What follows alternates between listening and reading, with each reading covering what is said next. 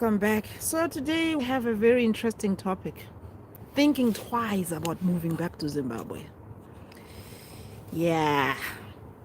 See, there are days when I get excited about moving back to Zimbabwe. And then there are days I'm like, no, that's a bad idea. So, what can make people think twice before moving back to Zimbabwe? Different reasons. You see, most people in the diaspora, we are used to a soft life. For example, in Canada, when you get sick, you just go to the doctor. You don't have to worry about payments or anything because we have free medicals, right? So if you go to a country like Zimbabwe where nothing is free, it can be a challenge. So that thought alone is kind of scary, right? And then when you look at the current situation in Zimbabwe, there are some families who are living off by like $20 a month. For some people, less than that. So if you go to the doctor for consultation, it's $10. It's $20. Those are the cheap ones, right? $20. So tell me, if your family income is $20, how do you manage to raise $20 to go see a doctor? That means that whole month you're going to starve. So the challenge I am really facing myself in my relocating to Zimbabwe strategy, the challenge I'm facing is having kind of doubts. Okay. One thing that makes me nervous about moving back to Zimbabwe is, what can I say, is lawlessness. So if you are a person who does not like bribes, moving to Zimbabwe, you gotta think twice. How are you going to cope? If a police guy stops you for no reason and they make up stories and they want you to pay, are you going to pay? Are you going to pay? So that's a big challenge. And also when you're doing business, it seems like everybody wants your money before they even provide the service, like bribes. So if you're somebody who do not like bribes, it's so hard to live in Zimbabwe, to be honest with you. Like for me, I've been in Canada for over 20 years, but I love Zimbabwe. And my goal is to retire. And because I'm having, my battery is 15%, so I better hurry up with my life.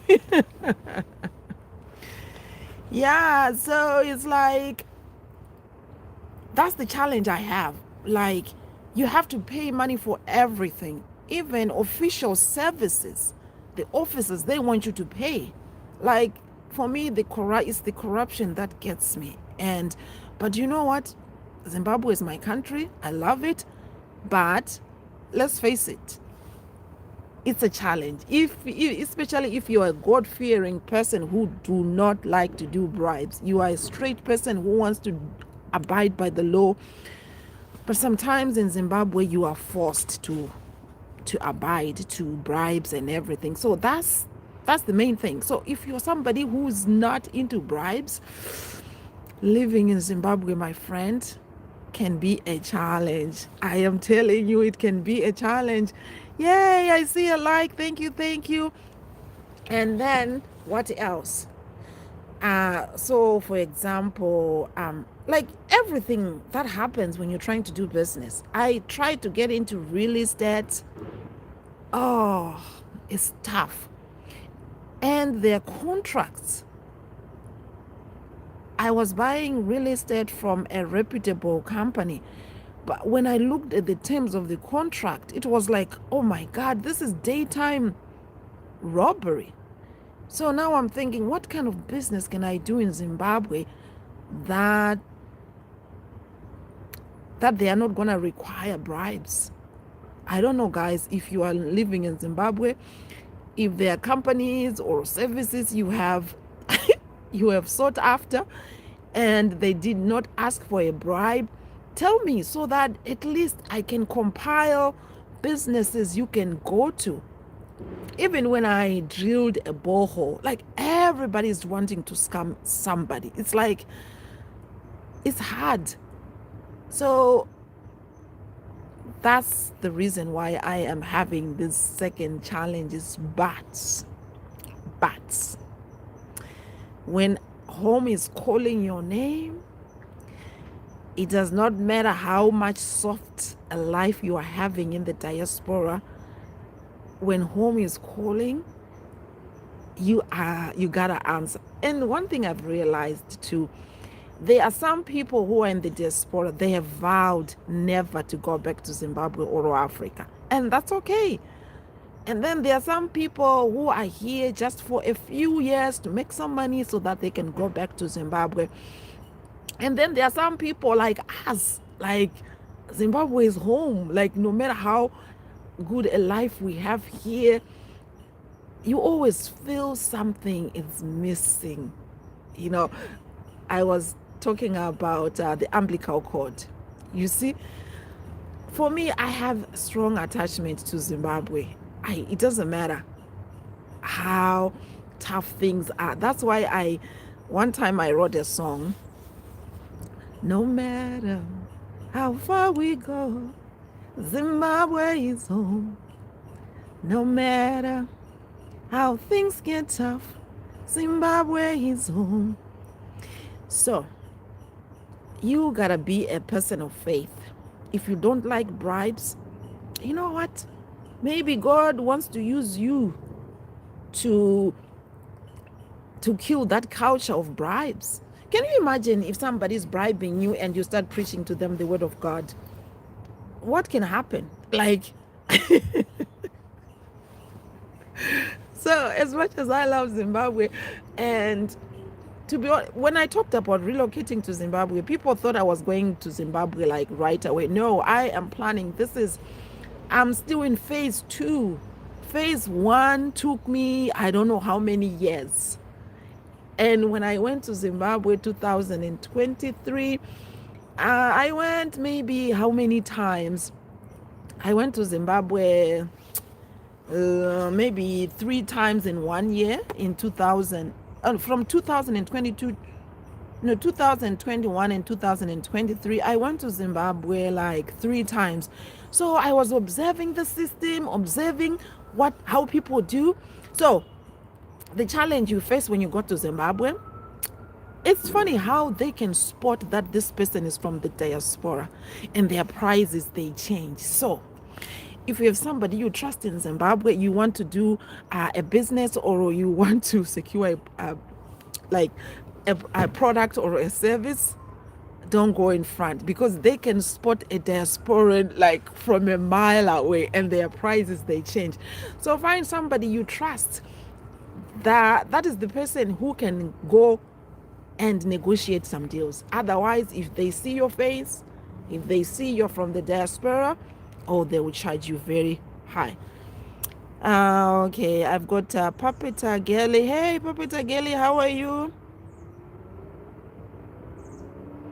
Okay, I've got Taku says problem is hyper consumerism advertised in social media. Money is losing value. Taku, you can say that again. Like we are being sold left, right, and center. And some of the things we don't even need them. And you're so right. Sometimes when we buy things we don't need, but why do you think there's over consumerism, Taku? I want to hear from you. Like, what do you think is the reason? Like, yeah, social media, people are there, like all those brand promoters. And now the other thing is the brand promoters, what can you call, socialites or celebrities. It's easy to get sucked in and say, oh, they're living the life, I want to have the same. I think if we live within our means, we wouldn't be having this problem. Okay, I'm just gonna take a short break. I'm just gonna wait for comments. Let me just go and harvest my tomatoes for a minute. My battery is running, is dying. So this is what I've done so far. And I really want to do farming in Zimbabwe. And yeah, so we did a farming project. Like right now, I'm testing things on a small scale, right? So I've had 2 failed businesses in Zimbabwe. So my friend, before you relocate to Zimbabwe, don't believe the hype that you can sell chickens. Yes, you can, but you need proper planning. So what I would advise you, before you relocate to Zimbabwe, you need to speak to a financial advisor, especially if you are planning to retire. You don't want to run out of money when you go to Zimbabwe. You need to make sure financially you're secure. So if you're living in the diaspora, you have got an advantage. I always refer to Canada because that's where I am. I did a video. I was like, you need to consider dividend stocks and ETFs, especially in the financial sector. Banks in Canada is good. Like I'm telling you. So like I also said in the video, if you don't want to, okay, if you do ETFs, and another ETF you can do, CGL. This is a gold gold investment. You can do that. But what I'm trying to say is, if you're planning to do a business in Zimbabwe, you gotta be careful. You might end up getting broke before you even start the business, because there are upfront costs that are required, bribes that are required. So before you consider doing a business, look into all those things. How much money are you going to lose, or how much money are you going to make? Okay, let's do this. Okay, I'll come and check the comments.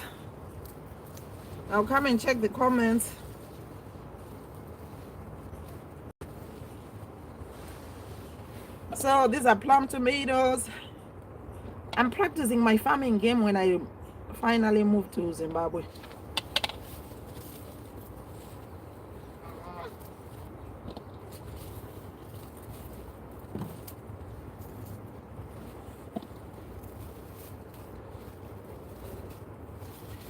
All right, so and also you need proper guidance before you move back to Zimbabwe, because if you're in the diaspora, the system is completely different. So there's a culture shock there. So also what to consider is, when you're in Zimbabwe, I was talking about medical issues, money. One thing you need to consider too, like when you go to Zimbabwe, yes, you can be covered, your medical bills and everything, but you will find you will have some relatives that will need help. Do you have enough money to help?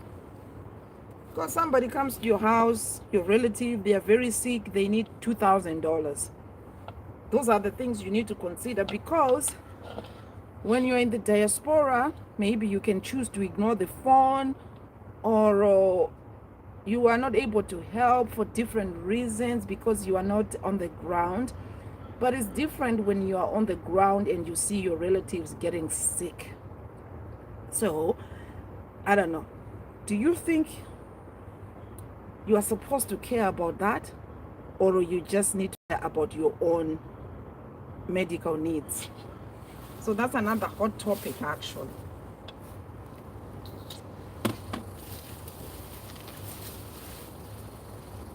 Because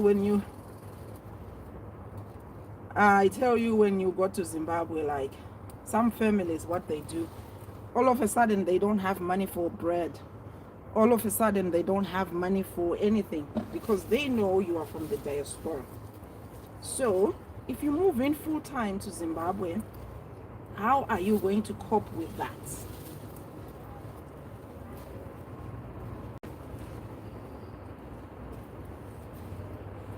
All right, I'm gonna go check the comments, and after that So these tomatoes, they are really delicious. All right. Oh, I want to make my live streams as short as possible because people don't like.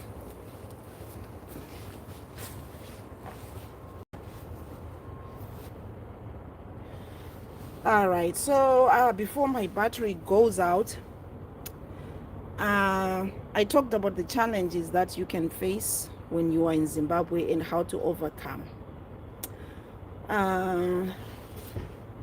When you go to Zimbabwe, keep low, keep a low profile. That's what I will do. I'll keep a low profile. Why? Because people can take advantage of you. Yes, you still need to be generous and help people, but you gotta be careful. Some people might. Okay, so Taku says, I think you should try as much according to your budget. Yeah, you are right, Taku. But Taku, the pressure is too much.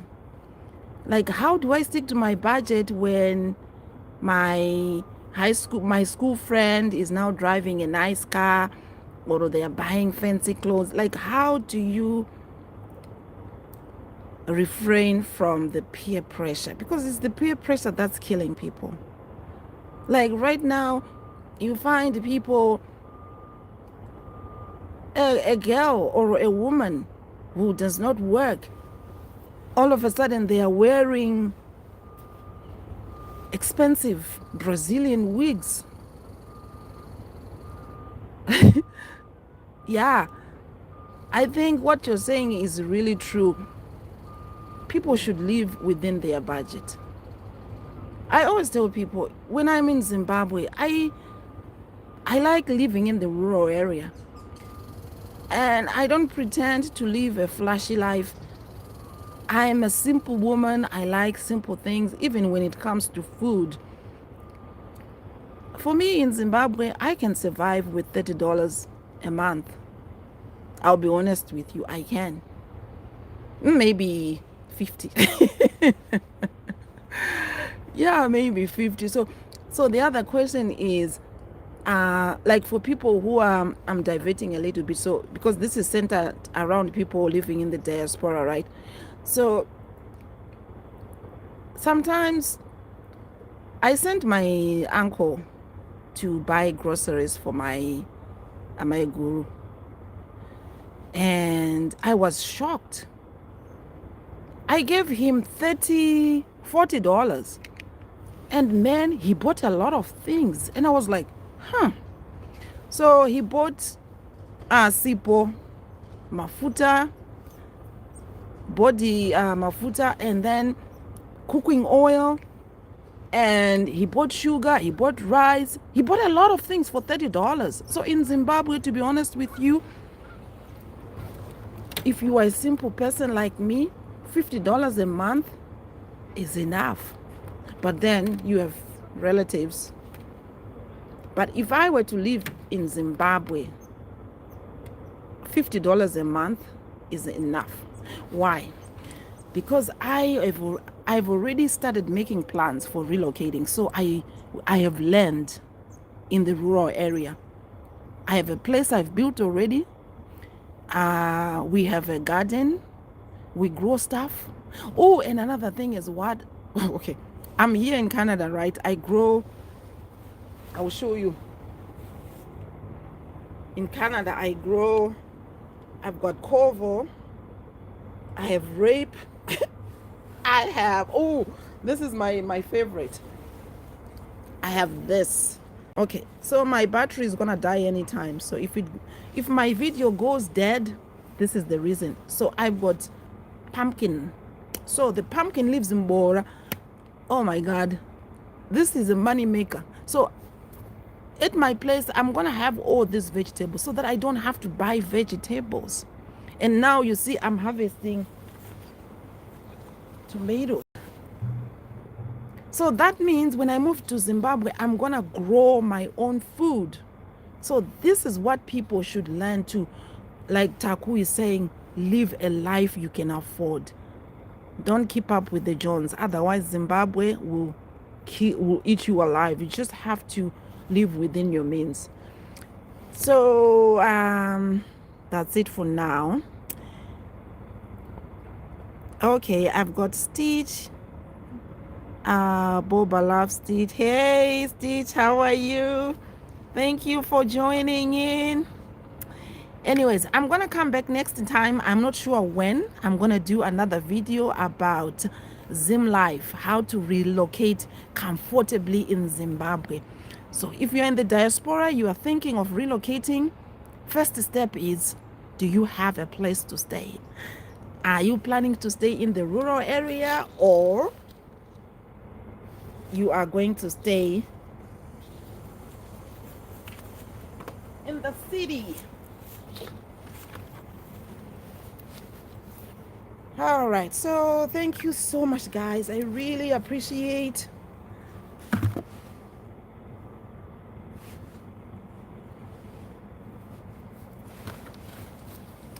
All right. Okay. This is my rate from Zimbabwe. So in Zimbabwe, it's easy to live on $50 a month. To be honest with you, life is not that complicated. Wow, it is, but if you have rural land and you have water, you're good to go. You are good to go. All right, so this is my mbora. This is a money maker. I made good money with this summer. So all right. Okay, so I better go and charge my phone. Thank you so much, my friends. I really appreciate you. If you found this Taku says, can you sell your vegetables in Canada? Yes, Taku, you can. I actually sold pumpkin leaves in Bora. I made about $500 because this is a hot commodity here in Canada, Mbora. This people love.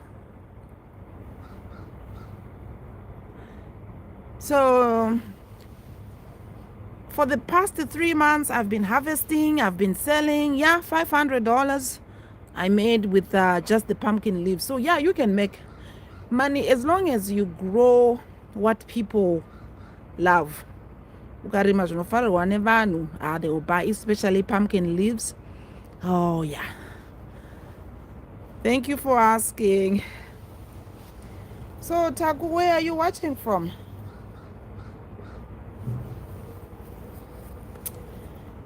All right, so I see 3 thumbs up. Thank you so much. So Taku, I'm gonna come next time. So tell me, do you want us to continue this topic, or there's a new topic you want us to discuss about Zimbabwe, whether life in Zimbabwe, the systems, or relocation tips for people who are in the diaspora? See, I like to Algeria. Oh, hey, Algeria. How is Algeria? Good for you. So are you planning to relocate to Zimbabwe, or you want to stay there forever? And how is life in Algeria? Are the people friendly?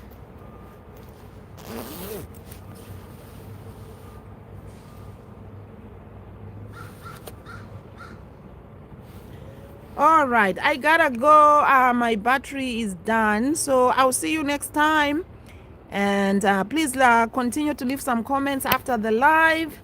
Tell me what topics you want me to bring next time. Thank you so much. I appreciate it. Bye-bye.